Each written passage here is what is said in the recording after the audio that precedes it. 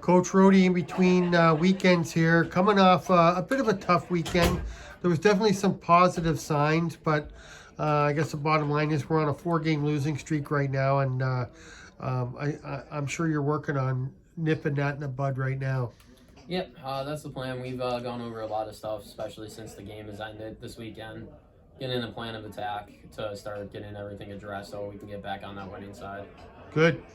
So the one thing I noticed, and I mean, it's not rocket science or anything, just a rough starts. It seems like we're trailing all the time. Um, is there something that you can do to get the guys ready for the drop of the puck, or are they ready? Maybe it's just that we're facing a team that gets off to a good start too. No, I think it is having those slow starts. I mean, it showed last weekend and the weekend before too with the Mullins. Right. So it is something that we are addressing because it is something that we had to get through last year too. We were a way better second period team than first period team. Uh huh. It's just getting them started on time, and there's stuff that we're working on to get that done and ready so that we can start right when puck drops. Right. And then what kind of amplifies it a little bit is like we do have these stretches where we'll rally back and get into a game, maybe tie it up. I think last week with the Mullets was more of that, but there was a couple of times where we get back into a game and then they would score right away. Is there a sag, or is that just again a team just taking advantage of one moment? It's a little bit of something that we've been talking about since the start of the season. You can't get too high and you can't get too low. You got to Okay. kind of be even keeled. So, yeah, getting a goal is awesome and everything, but you got to be looking for the next one, not being satisfied with the first one. Okay. So I don't want to just bog you down with negatives. I thought there was some good stuff. The bottom line is a couple losses, but I mean we can get through that. But definitely there was some good signs. I thought some positive signs from the goaltending, and I think maybe the power play start. I know there hasn't been a lot of goals yet, but it's starting to look like it's a little bit more organized too.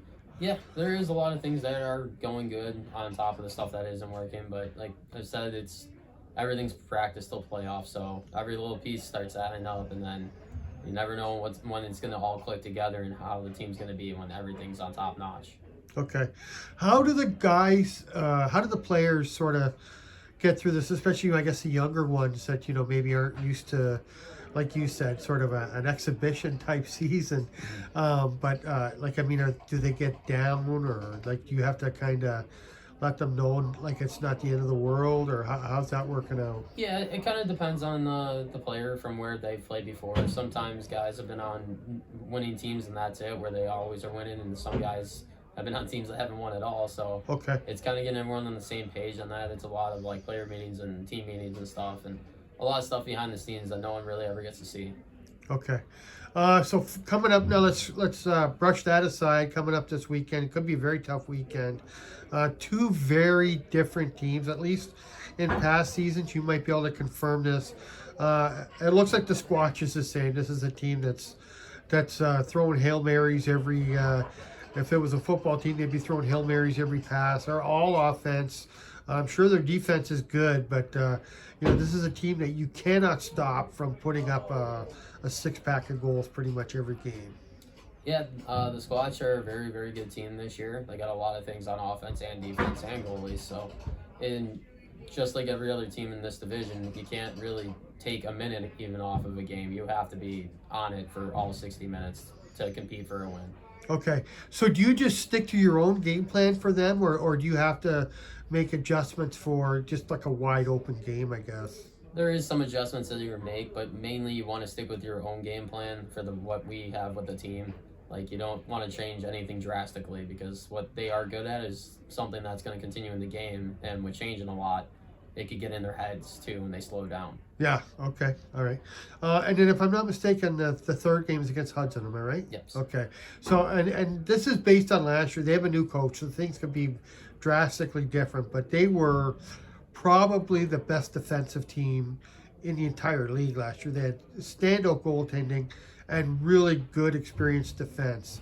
So it would be weird if you if played two wide open games and then face a team like that. But I don't know if they're the same this year or not. They are a little bit different from last year. Obviously, not having like 2022 age outs makes a difference on any team. Good point. Yeah. But Coach Todd, known him from the past, He's a top-notch coach, one of the best you'll Yeah. ever meet. He's got a good team together too, and they play very fast.